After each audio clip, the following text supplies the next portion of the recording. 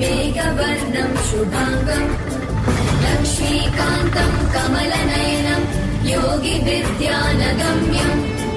वन्दे विष्णुं भवभयहरं सर्वलोकैकनाथम्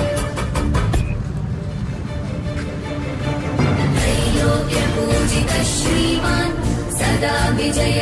वर्धन शान्ति कुरु गदा पाणे